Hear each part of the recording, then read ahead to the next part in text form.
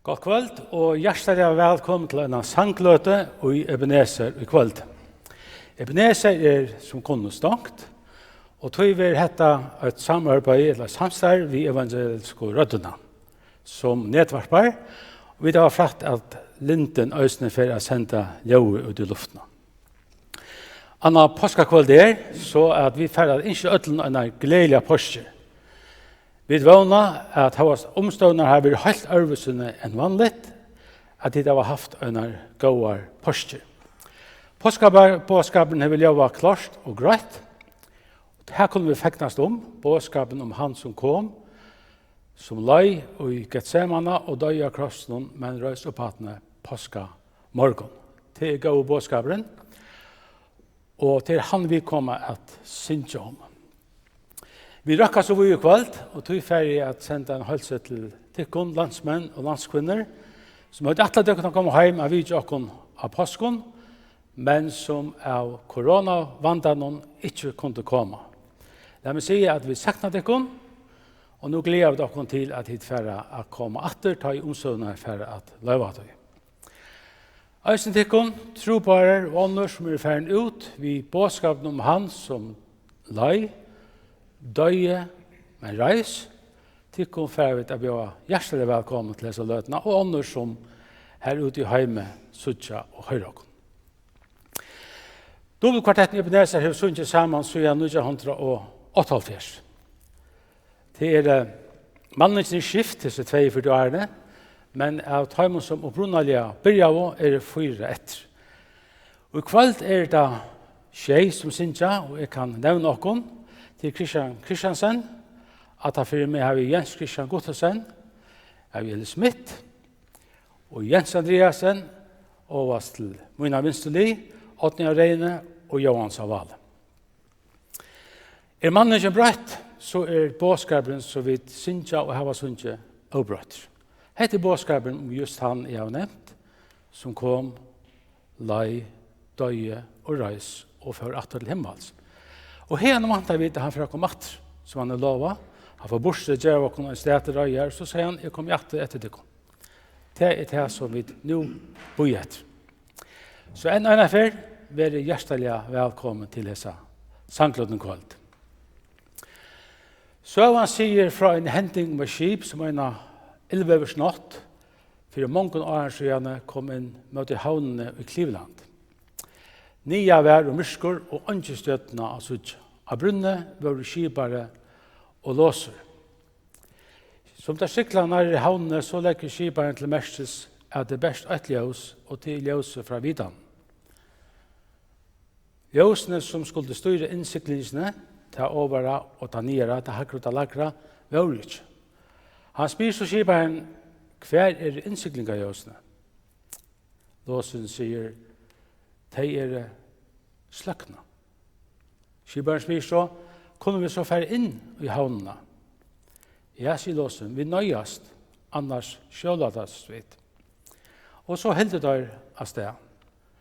Men i myskene disse nattene tog det feil av innsiklingarennene, og skipet fører skjer, og flere av mannens døy disse nattene. Hetta hørte amerikamæren Philip Publis og han skriver i sangen som vi får begynne vi, Bjørstfors fægers nøye skynner, og som legger opp til at vi hitt lagra ljøse her og gjør. Læt hitt lagra ljøse brenna.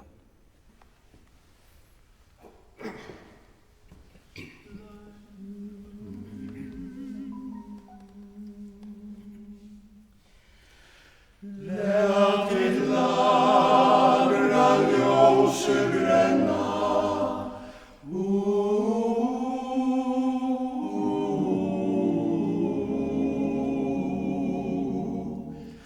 Bjørkvors fægers nøye skynner, iver hav og iver land, og han okkom beg at endra, ljós vi lav og sjóar strand.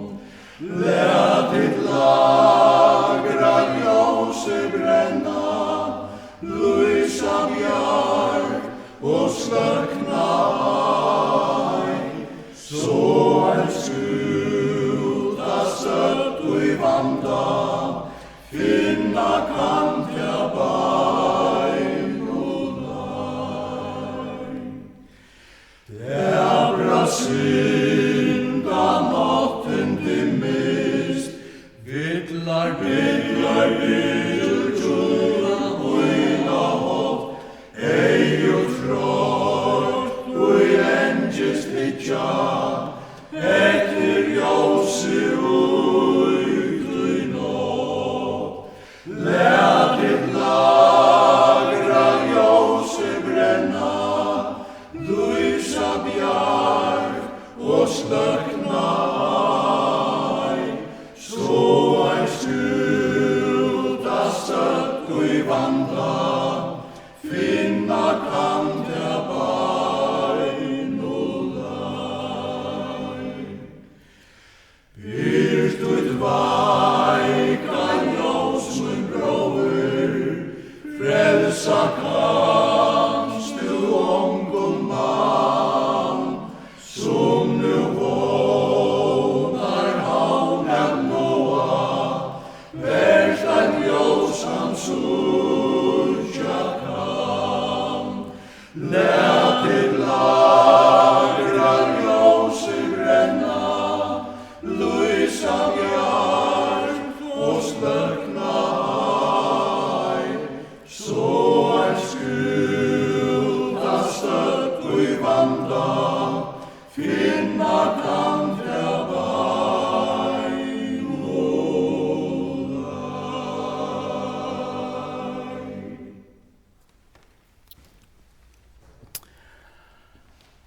Anna påskakvöld og vi tar just sunnet om hendisene som, eller hørst om hendisene som fører fram av Golgata av sinne. Store spørningen har alltid vært, og han framvis hesen, hvor hendte det? John McFarlane Moore var født i Skottland i 1925 og døde i Kanada i 2016, og da var han 52 år gammel. 6 år gammel sette jeg seg til alle herren som sin personlige frelsere, og han gjør det 17 pastorer. Han har skrivet flere enn 130 salmer og sanger. Og i en av salmene spyr han hentet spørningen, hvor var han eldur til Golgata tre? Og han sværer sjølver, og tar gjerne nye landene, og hentet tøyingen som vi synes er hon som Sakariasen gjør det. Hvor var han eldur til Golgata tre?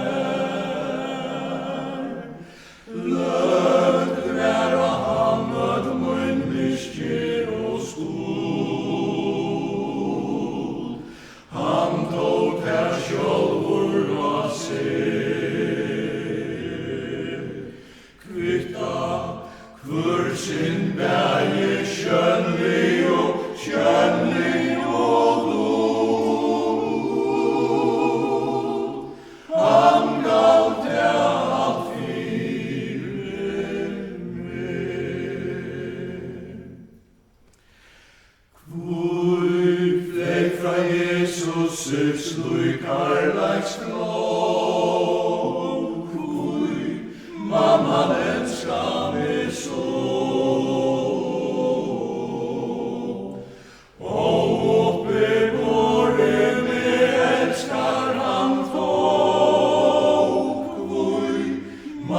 älskar mig så.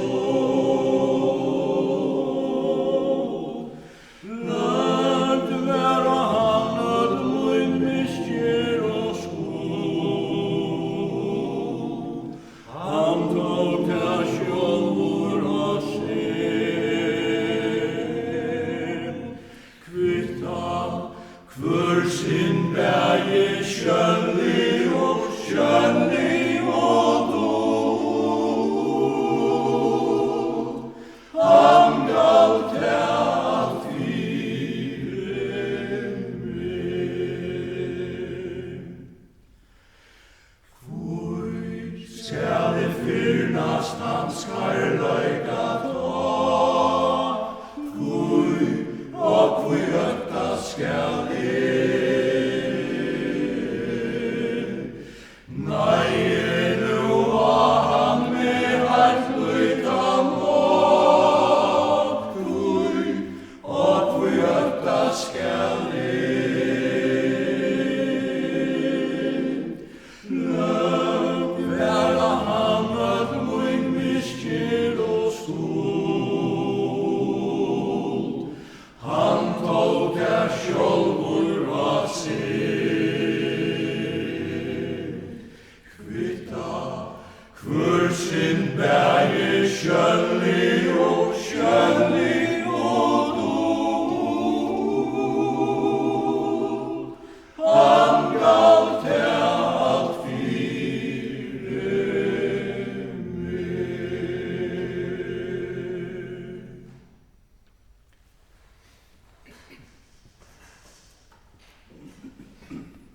Det var, som sangren sier, at av Golgata han kvitta i syndene tjokk.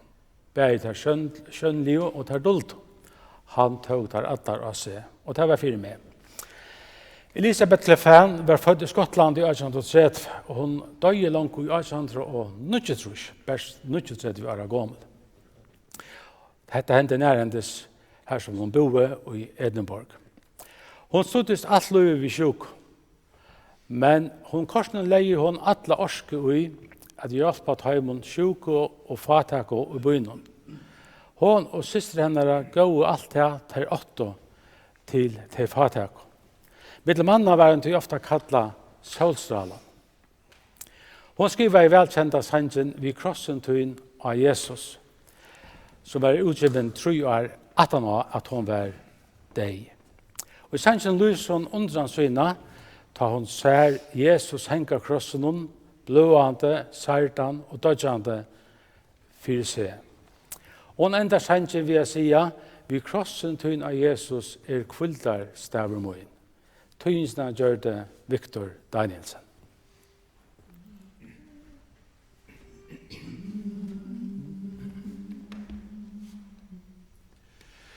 Vi krossen tøyn av Jesus finne tryggan stam, som kläder mykjel skuggar han, eit brent og torska land.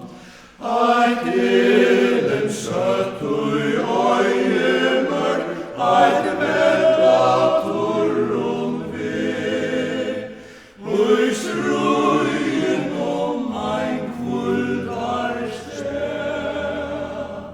Vi krossen finne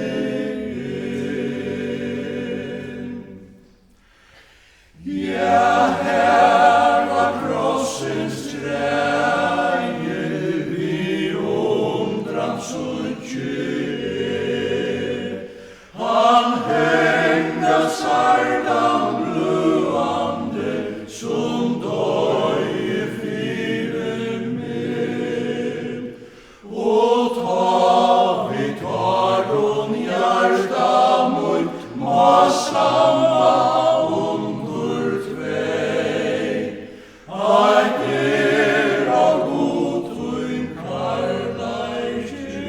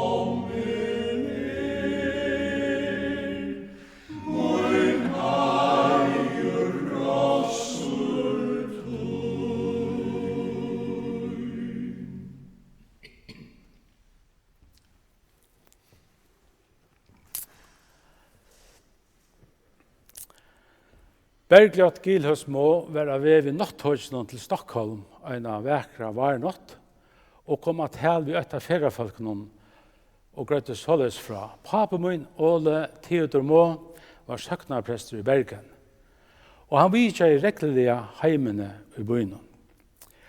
Her så han hvordan størst æren alkohol heie. Det var årsaken til at flere heim for sår. Hetta nøyde han allmykje. Og kveld i 1904 kom han heimater etter å være og vitja. Han kom inn, nokteren var stod av bornen, men han fikk ikke en bita nyrom. Han førte inn i skrivstående og settes av bia.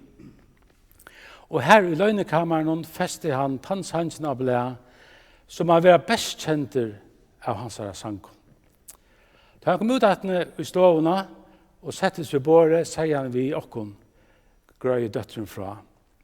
Jeg har skrivet noe som jeg vil hava at jeg skulle høre. Og så leser han. Jesus hitt einasta, heilasta, reinasta navn som av menneskevøren sagt. Tøyinsna gjør det Jakob Dahlprøster. Jesus hitt einasta.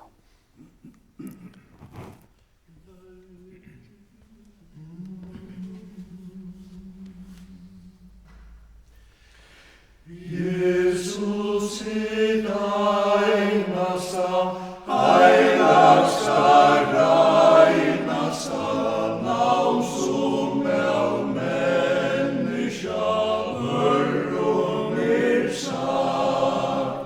Fylling av dordleika, fylling av karleika, fylling av samleika, miskunn og makt.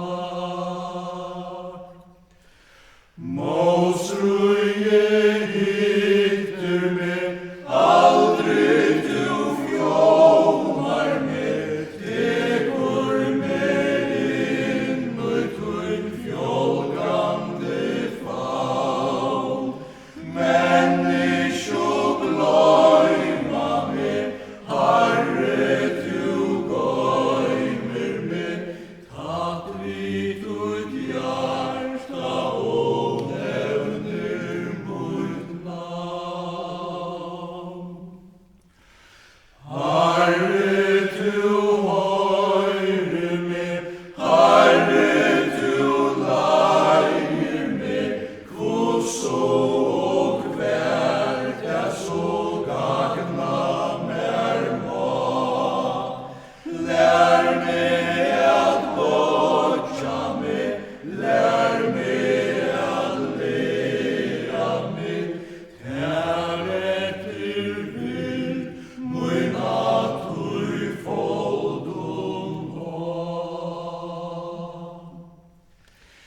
Du ert han einaste, heilagste, reinaste, gjev meg tøyt reina og heilaga sinn.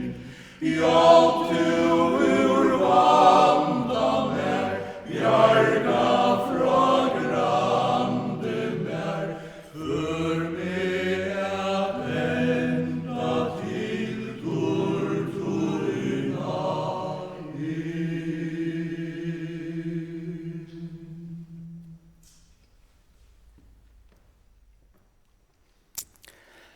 Nekvis halmar og sanje bera bo om et innelitt samband med menneske og god. Så er det vi sanjen som vi nå får sinja, og som kallast Vi gode fereste. Vi vet ikke så nekv om Yrstjern Ibe Sergei, annet enn at han Yrstjern sanjen i 1935, så kallar han seg for Austris av Vitthold. Sangren lyser sambandet mellom mennesker og god, og det som tar jo Adam spaka sammen med gode i gæren og eten og er en sittnafattelig. Tar prata, god sier hun fra hver atlander han er ved vi noen, og hvordan han var virskaver og gjøre skjølden. Nå for Sangløta således. Ta fylgjast som hjertavinner og åttan mån til hva hender, så var det ikke skillnad av middeltøyer. Og vi kunne si at det var heller ikke skillnad av nå covid-19 17 herjer. Sammen kunne vi fylgjast vi gode. Tøyningsna gjør det Sakariasen.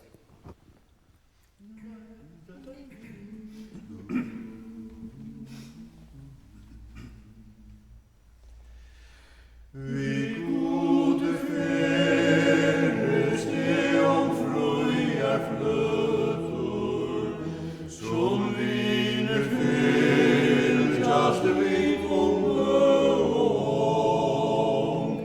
Vi gleder om fyllast dessar nøtur, som hand i hand vi færas fram vid sång. Vi gleder om fyllast dessar nøtur, som hand i hand vi færas fram vid sång. Han sier mer fra farnum tøy og øldum, tatlan hans vi mer til reier land. Ta virka vår vær og gjernar kjöldum, og ta som fostur dagsens ljós bestånd. Ta virka vår vær og gjernar kjöldum, og ta som fostur dagsens ljós bestånd. Vi gode færes det som aldrig renna, som hjarta viner alltid fylgjast vi. Allt svinna skall, sjálv jör og himmel brenna, men god og vi fylgjast åttans liv. Allt svinna skall, sjálv jör og himmel brenna, men god og vi fylgjast åttans liv.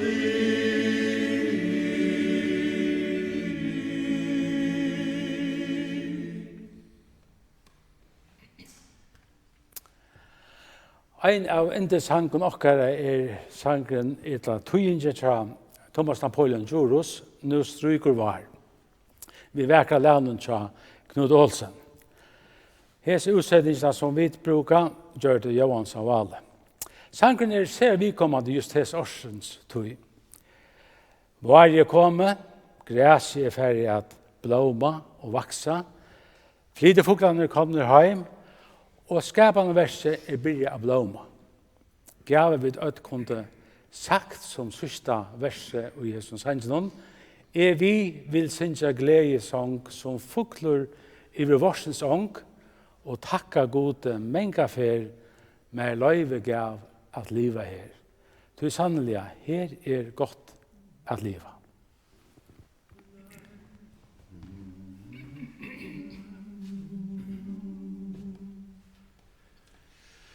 Nu stryker varum heilans vött, vi lurk og tane mellom fjött.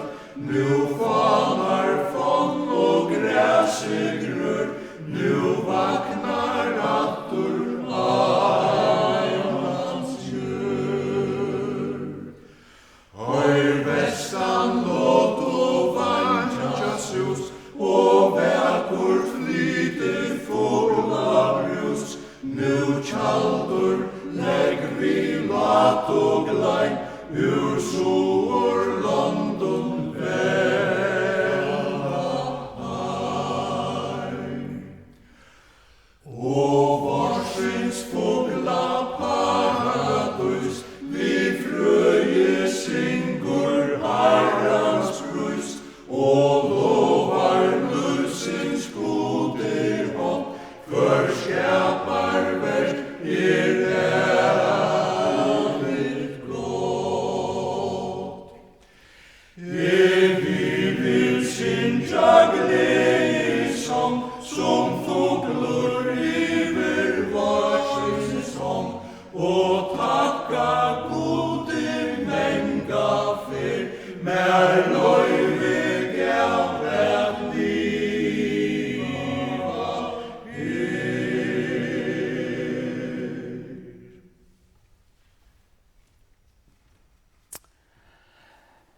Vi sunker Jane, sangen vi gode fereste. Dette var feraleie i middelen menneska og god. Til øysene evne i næsta sangen. Alfred Henry Ackley var født i 1824 i Pennsylvania i USA. Papen gav henne fralære i Norton, og sedan gikk han så av Royal Academy of Music i London. Han helt av at lese og gjør det så prester i 1914. Han døde i 1903. Etter han litt akkurat om 1500 salmer og sanger. Middelen tar i sangren I never walk alone, Christ walks beside me. Som i tøyningen til Lukas av alle aldri gjengi ein med leier.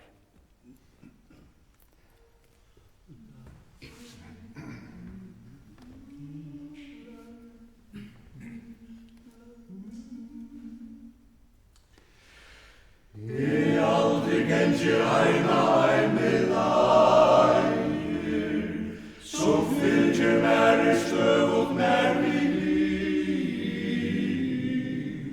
Mot hjärsta prysar honom han av greier, at bjerga salen djeva taim og fri. Aldri gjengi ein av Krist med leier, han den beste vinur og jeg fann. Han avlar møynar troboleikar greier.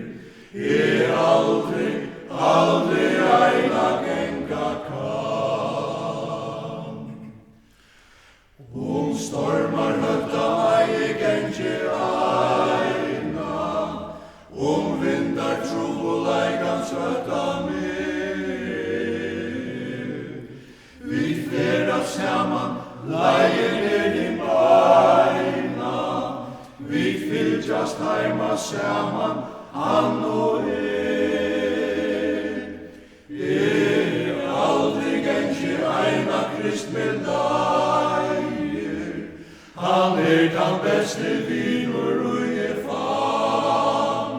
Han allar møynar troboleikar greier,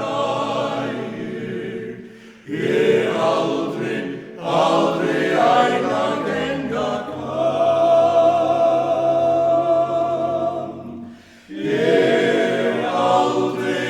Aldri eina genga kan.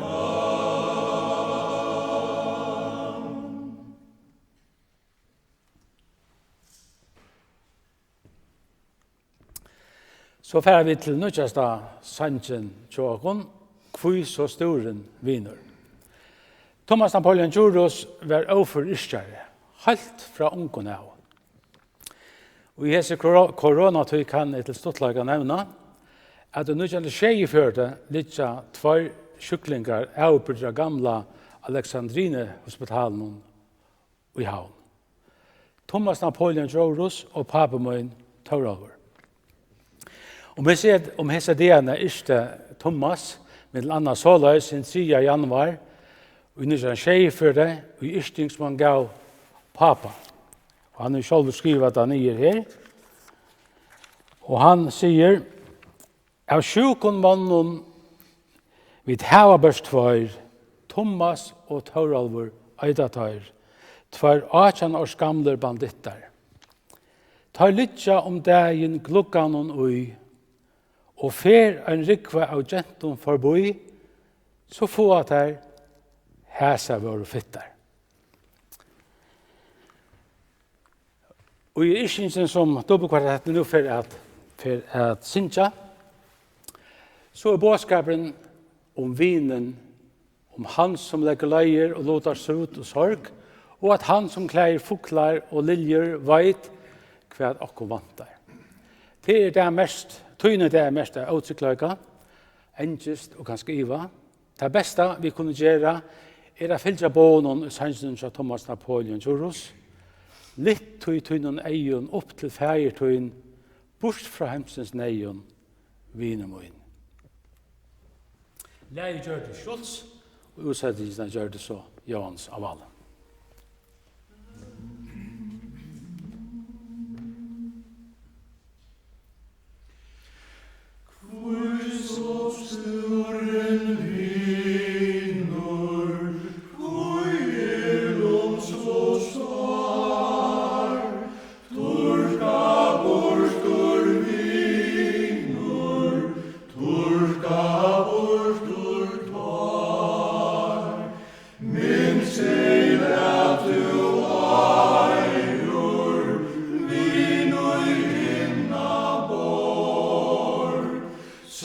kærleikur leier, lutar sult og sorg.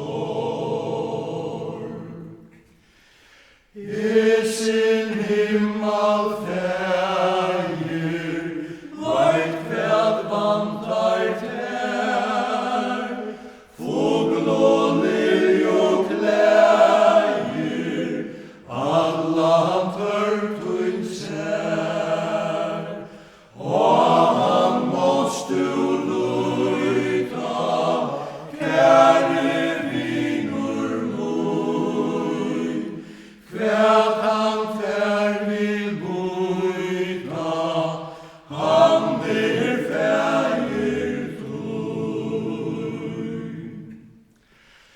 Hansar stóra nøye, fylgir kæra folk, eigur og tær røye, til du leggst i mål, litt ui tøyn og eirum, opp til fægir tøy,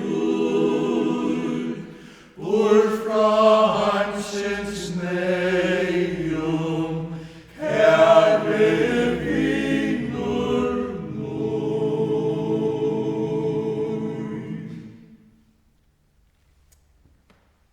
Ein vakur sankur og et vakurt lag. Da George Matheson var 19 år gammal, la livet åpe og framtiden sa ljøse ut.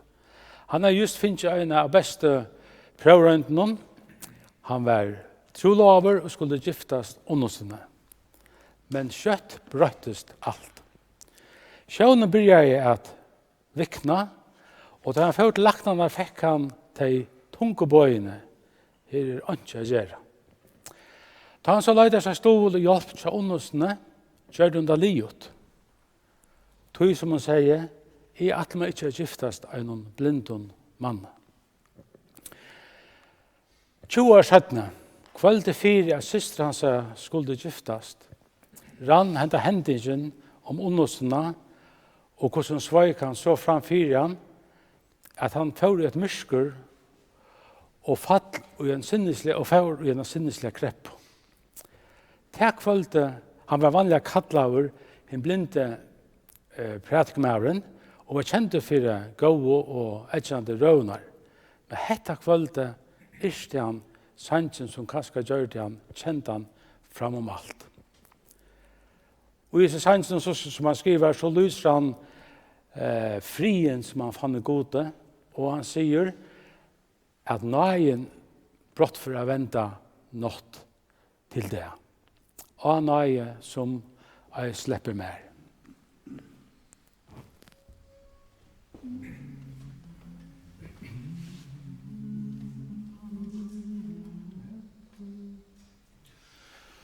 O nøye som jeg slipper mer,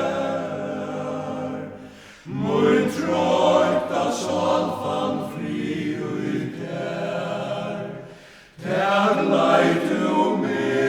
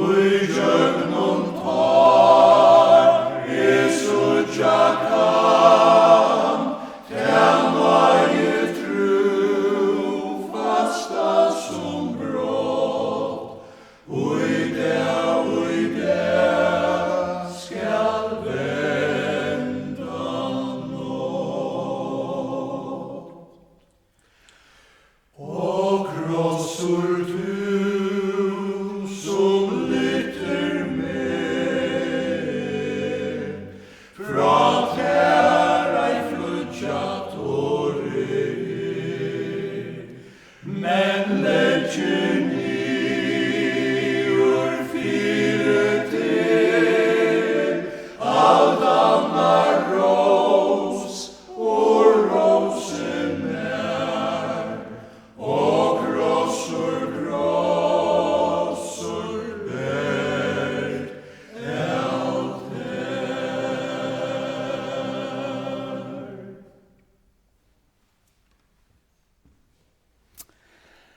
Vi så kommet til endan av disse sangløtene i Ebenezer kveld, og vi vågna at de som har lytta eller lust etter sangen har funnet akkurst som det kondomte, og at sangen kan ha vært til trøst og til ukka fyrjødel. Bøn okkar at vi ødgjera som sangen sier, litt tøy noen egen opp til fægertøyen, bort fra heimsens neien, kære viner min. Vi skulle be en bøn. Kære feir okkara, vi takkar deg for løtene her i kveld. Takk for enda gåa underfulla bådskapen, at du komst som lova vær, at du løy i gærnum, du først ut av Golgata, var krossfester, men Herre, at du galt synder okkar her og røys opphattene påskamorgon. Og Herre, nå ikke så du der etter påskadag, så først og heimat etter. Du sier at du får borse gjør noen steterøyer, og da du var færen og høygjør stegen, skulle du komme etter og ta noen til tøyen. Herre, vi letter noen som var her, og så i kveld fram, og tøyne gå i henter. Vi tok så om land og folk, og kære som stått utenfor landatannar i fremmande London, Herre. Var var deg, signa deg og vi sa dem. Og her vi tok så som landsens myndeløkar. Vi ber det for løkmannet, for landstyret, for løktinget og for bygdaravn. Som i hese avfretta kjente tog skulle tage avgjører, som troplar og ringer at teka. Herre, gjør dem visdom, gjør dem dyrve, at tega rettar avgjører. Okkun öllum til gåa. Signa land og folk, signa kvölde, og signa komande til bøn okkara som vi takkar til og Jesus navnet. Amen. Og i sannsyn av nøstruik var sunker vi om flytefuglaner som koma, stått skøy og fæs og bursdatter. Lydia Littell var 8 år svøretje. Hun var født i 1909 og døg i 1926. Hun skriver om 300 sanger og gjør det sjåle til flere av dem. Hun, og sangen om flytefuglene, samarbeid hun godsfolk ved flytefugler. Flytefuglene bodlegast stått skøy, så færre der, til høydere land, til heimland. Så vi følge gods, öllum taimon som har sett alit sutt og Herren Jesus Kristus uttrykk. Vi som flytefuglaner, og langes til sommarsens hita til landet her som Herren Og som sagt var at han ferdig bostad gjør okkon sted å gjøre. Han lov okkon etter okkon, og han skal savne okkon saman i en flokk og flyde okkon heim til stedet som han har gjørst til okkara. Vi synes søgnast av sangen, og så takkar vi til hos som har varspa ut, og vi takkar Adlund for å ha lyttet av kveld. Ta sommar at hesten lyger.